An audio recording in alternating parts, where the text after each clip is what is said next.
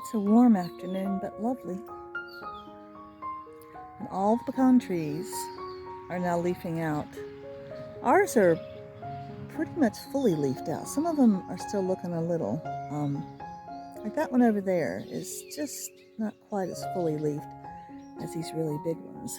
And they're going to be dropping all of these little reproductive parts, is what it looks like. They turn brown and drop to the ground. And I guess maybe people are allergic to that too. And every single little branch has all of that. Isn't that interesting? It's beautiful out here.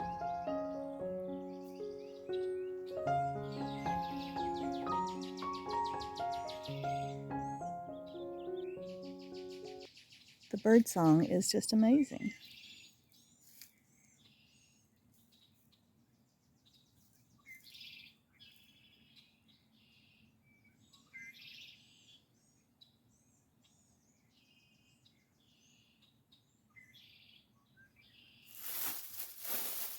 Hi. I had a customer, well, a friend, come by my market table last Saturday at the farmer's market and ask if anybody made sachets, like a little scented sachet to put into your underwear drawer, like a lavender sachet. And I made a couple of those once. I sent one off to somebody. I'm not sure who I gave that to. I thought I kept one for myself, but I don't know where it is. But I told her I do have one lavender bush that's still alive out there in the garden. And then, so I came back home and I've been pondering this. It's not hard to make a sachet. I don't know much about lavender because I've never really grown it before. But then I remembered I had this little bag of lavender from last summer, or I guess last summer. Actually, I've cut this a couple of times. It's very old and dry, and I thought, well, it won't smell like anything. So I stuck my nose down in this bag.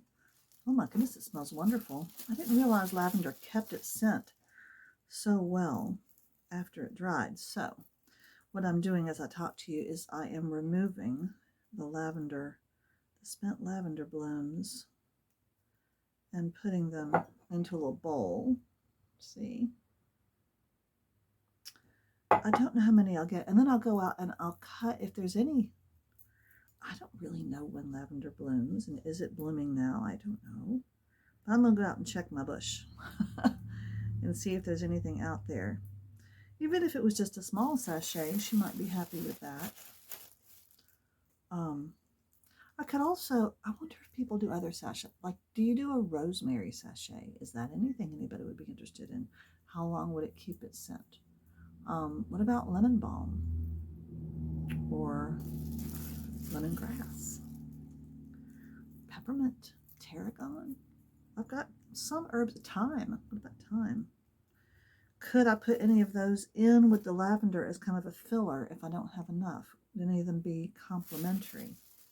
So I have all these questions now about sachets, and I really don't know much about them. But this little bag here may get enough for a small sachet. We'll see. It wouldn't be very chunky, but I don't think sachets usually are. I have fabric for this. I think it's the same fabric I used last time. It's I used it to put a pocket in a purse. It's a kind of loosely woven white cotton with lavender colored polka dots on it.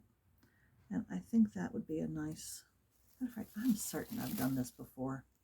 I'll have to, listen, if I have, I'll put a link. I'm never sure which corner the link is going to be in. But anyway, I'll put a link if I've done it and if I did a video about it.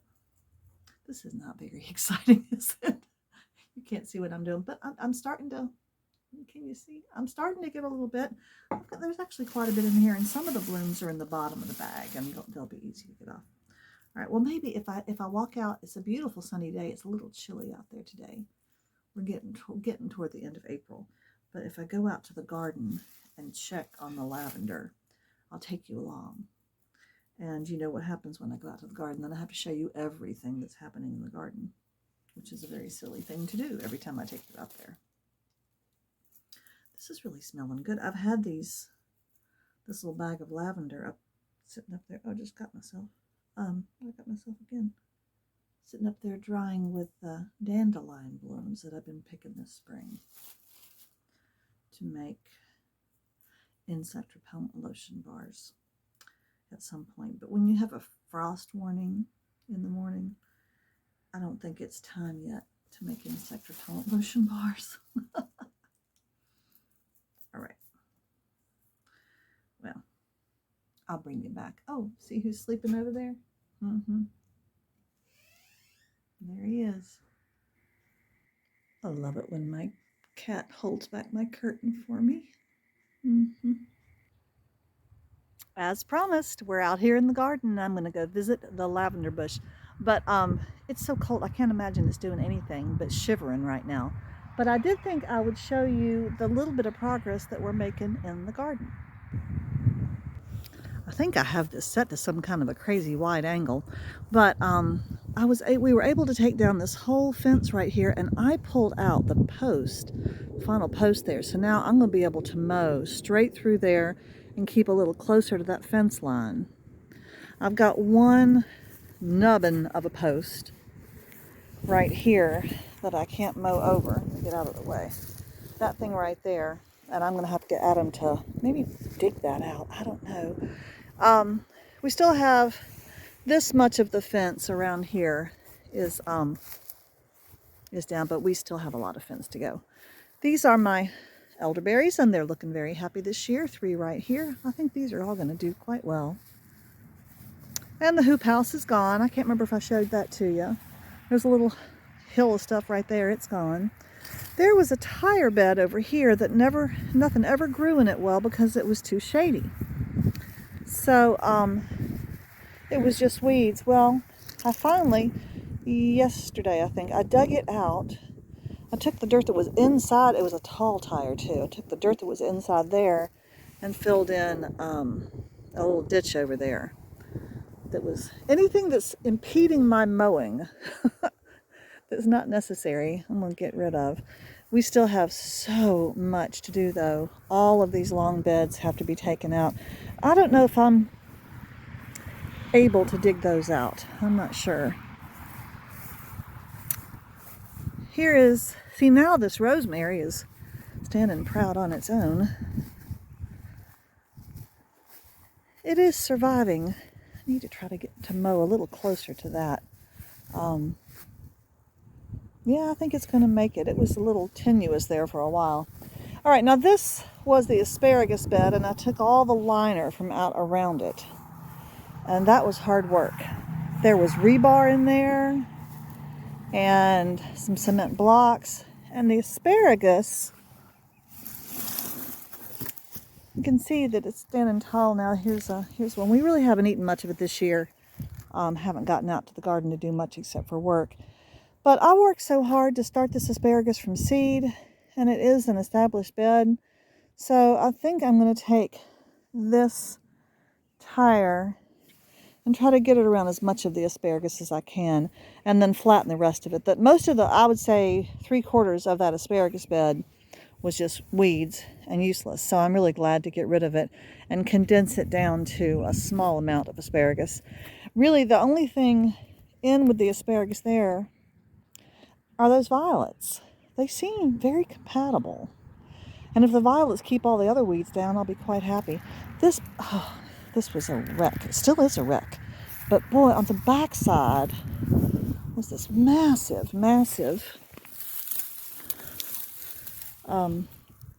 clump of grass. Anyway, so we're making a little progress. Not much though. See, this is one of those big tires. And that should be effective at containing the asparagus so that I can, and then I'll try to get rid of some more of this dirt. Again, I may put it in the wheelbarrow and take it and put it in a ditch. So here's my lavender. It's surviving fine, but it's not ready to do anything. It looks pretty dry.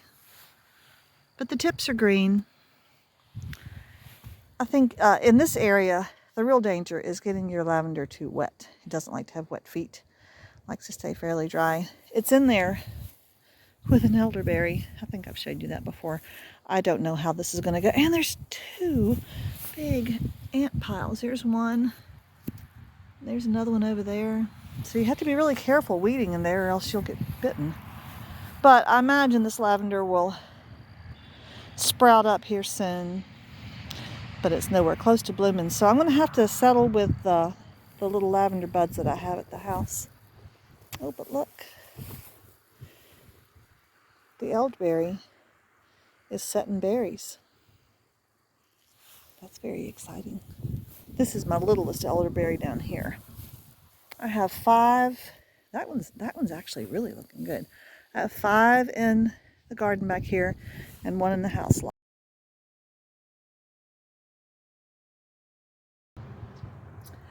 I'm sitting outside today because it is so beautiful. It was a frost warning this morning, but now it's just lovely. This morning I knitted a little bit and I made a batch of, well, I'm halfway through making a batch of soap. And while I've been knitting, I've been watching some old videos from Kate Jackson.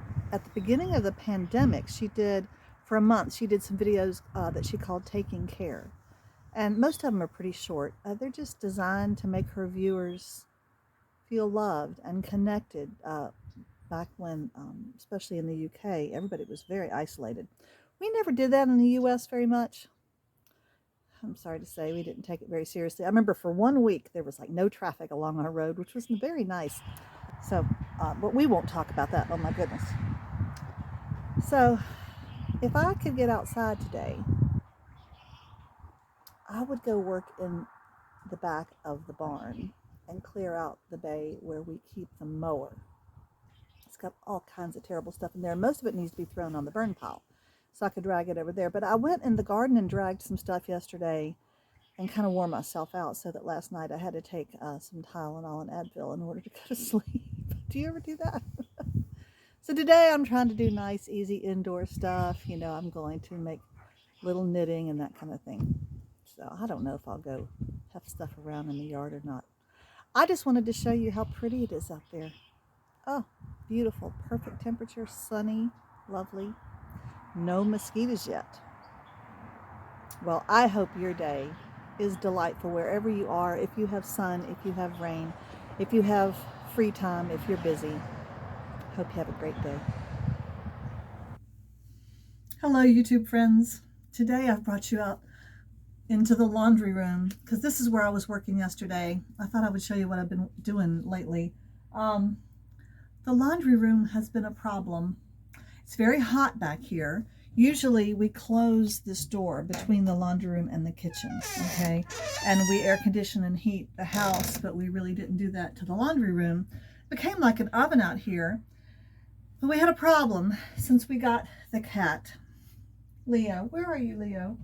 Oh, he's been playing with a stem of a tomato that I had for lunch. Anyway, he's very occupied with the back porch, or the laundry room. It is the porch, the way we go outside, because he hasn't been allowed out here before. And now he's allowed out here. And he's fascinated with everything out here because it was a very buggy place.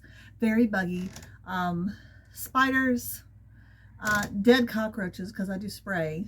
But we also had skinks. I don't know if you know what a skink is. It looks like a salamander, but not quite as pretty. They're just kind of gross.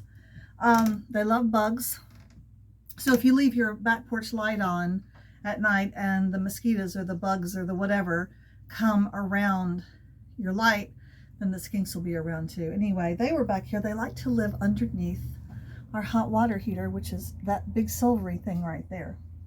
So yesterday I came back here and I took up all the rugs and I got out my mop and I got out my vacuum cleaner and I attacked the laundry room.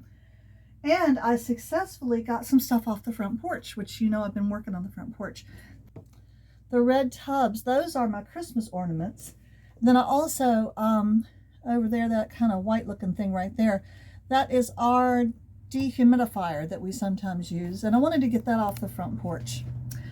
But the thing that I wanted to get back here was the kitty litter box that has been in the bathroom, because it's just gross to have the litter box in the bathroom. It just was not a pleasant thing, and Adam really didn't like it. So, but in order to have it in the laundry room back porch, we have to leave this door open so the cat can get to the litter box.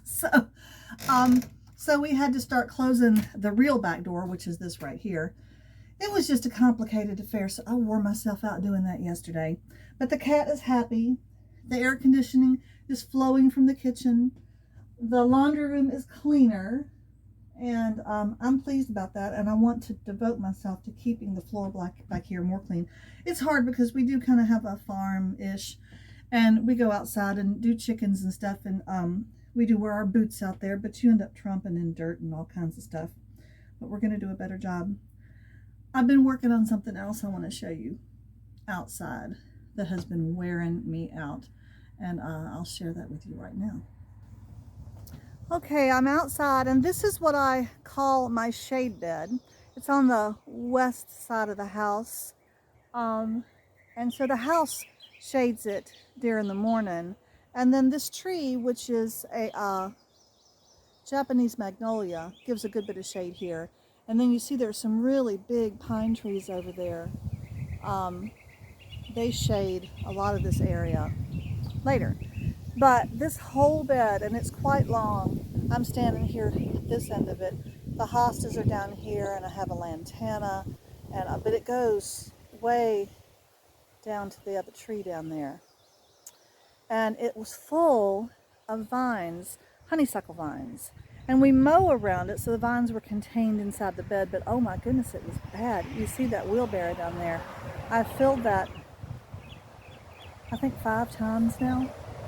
So I'm going to turn the camera around and take you along this bed. I think I've showed it to you before, and it looked pretty bad. I can show you parts of it that look bad still. I'm about halfway through. Let me show you what I've been doing. This looks so much better now. I've got 1, 2, 3, 4, 5 hostas that are out, and I accidentally yanked up another hosta, so I had to find it a home right there.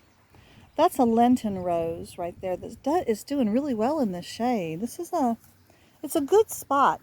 Now the monster, wonderful monster in this bed is this right here. This is my lantana bush, and it gets huge. It is a massive bush. I cut it back.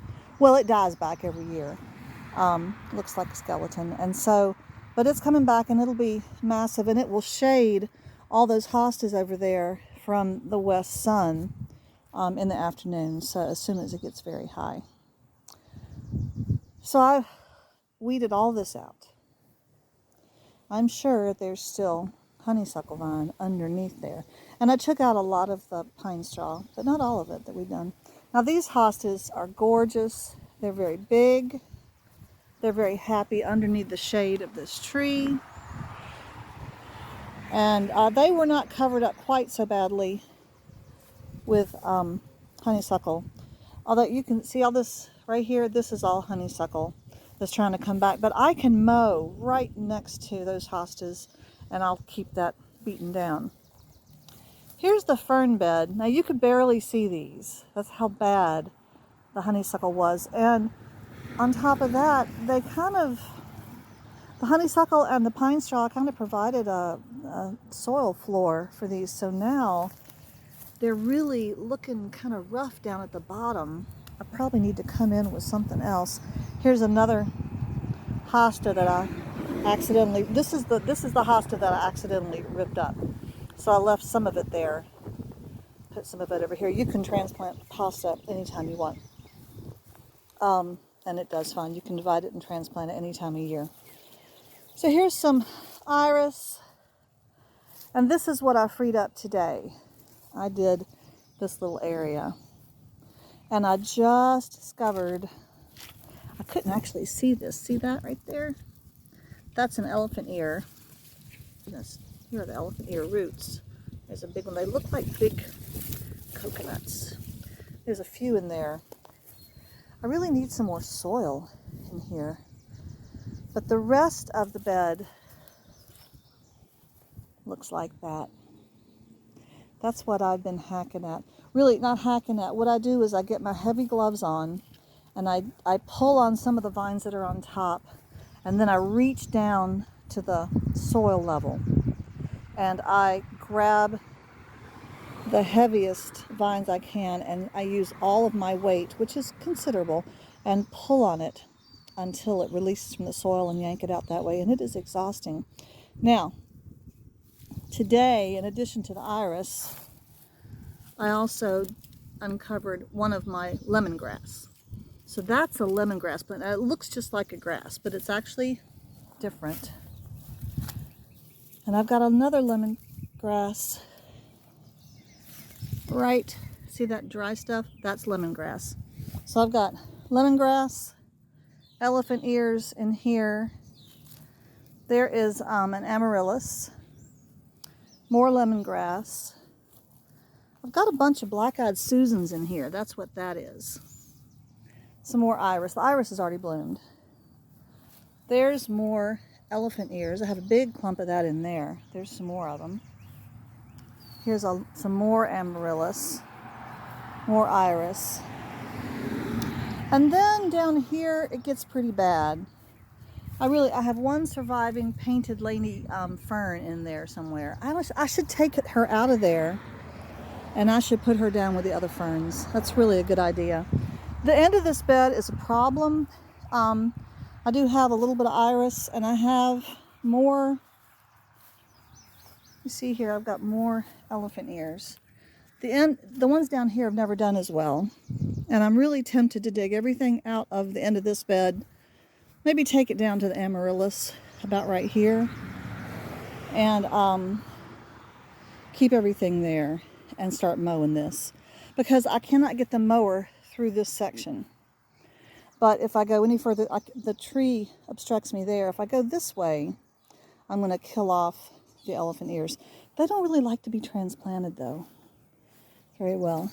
So I have been wearing myself out with this, but I'm very pleased. I am glad that it's not going to look like this and that it is going to look like this. Because this is what I want. But I have to get it done before the weather turns much hotter, or I won't be able to do it even in the morning. I can't make myself. I've also had, I forgot to show you this. This is my one remaining holly, and it was so big it was hard to get around, obstructing the stairs, obstructing my mowing. That's the big thing now. So as you see, I hacked it all back, and I'll haul that back to the burn pile. Well, probably to the burn barrel. I love these hostas. I think they are so gorgeous. I forget what they're called, but I've got 3 of them. This one was late coming up. I was a little worried about him. Those variegated ones have never really gotten very big, but these ones get massive. All right, I've got some chicken issues. I'm going to show you what I've started doing. Haven't told you the horrible news. The horrible news is that my beautiful solid white silky rooster, Ruru, was killed by a predator. I don't think I told you that. If I did, I apologize. And whenever that happens, I see my new rooster. Here he is. This is my new rooster. His name is Sparky. He's scared of me. He came from a different farm.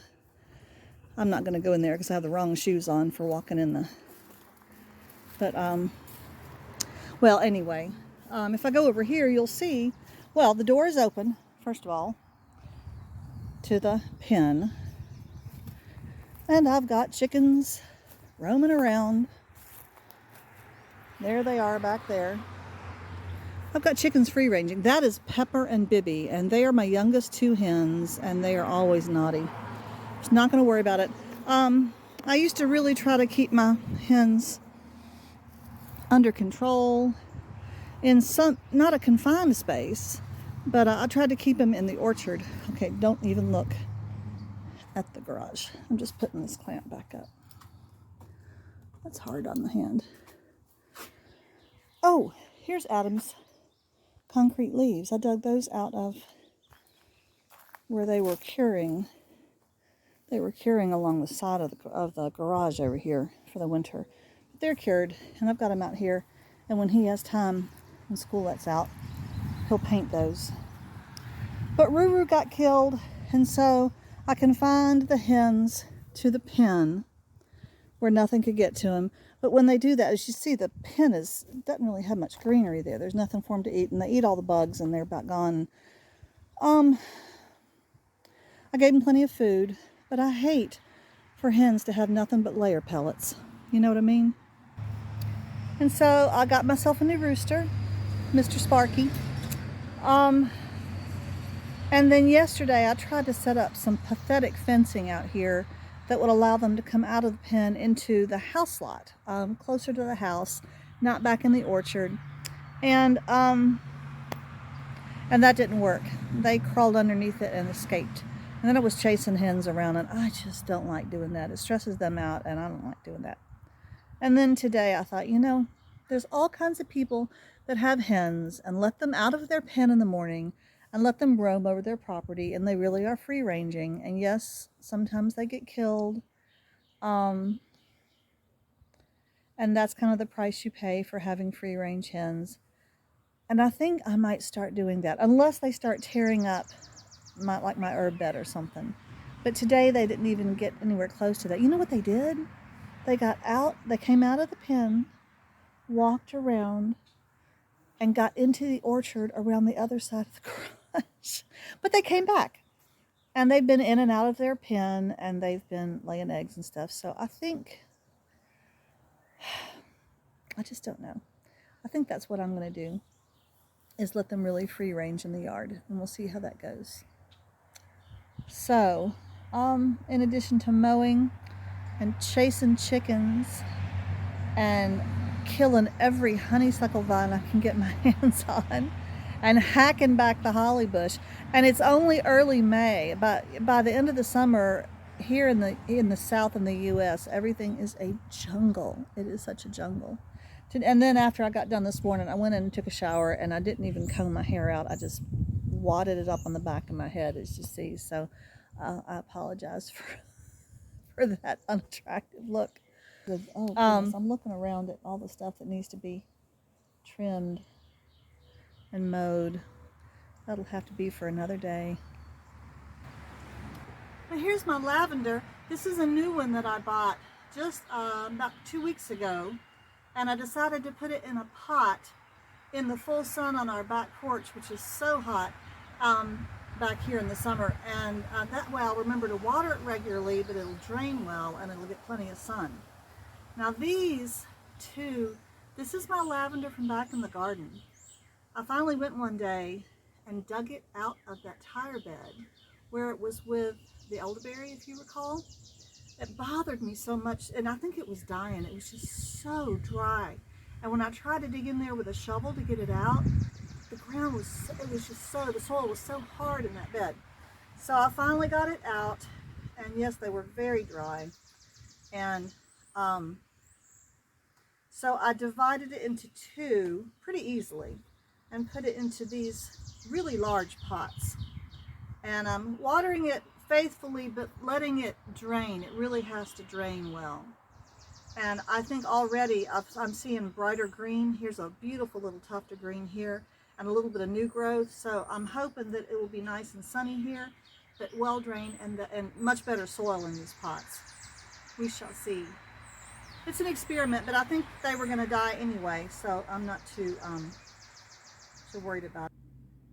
I'm obligated to give you an update on the situation with the cat and the back porch. Well, I was editing this very video and walked out of my studio. I'm looking down at the cat to make sure he doesn't eat something that he wants to eat.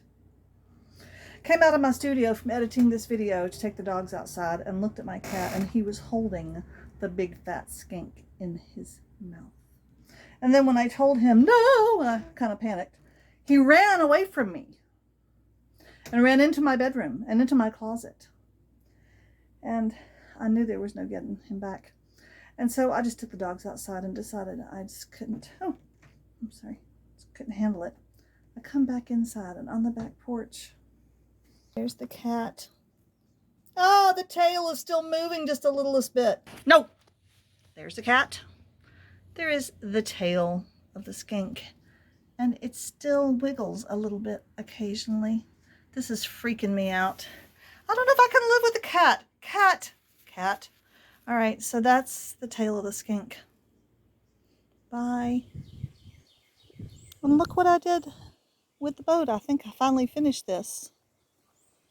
I've got a whole bunch of flowering bulbs on that side and some of the greenery is still sticking up. And then I had a stray, well, I had part of a red onion in the kitchen that was starting to root in the refrigerator, and I put it right there. And I might put, I don't know, I could plant some little veg in there, but I don't know if I want that.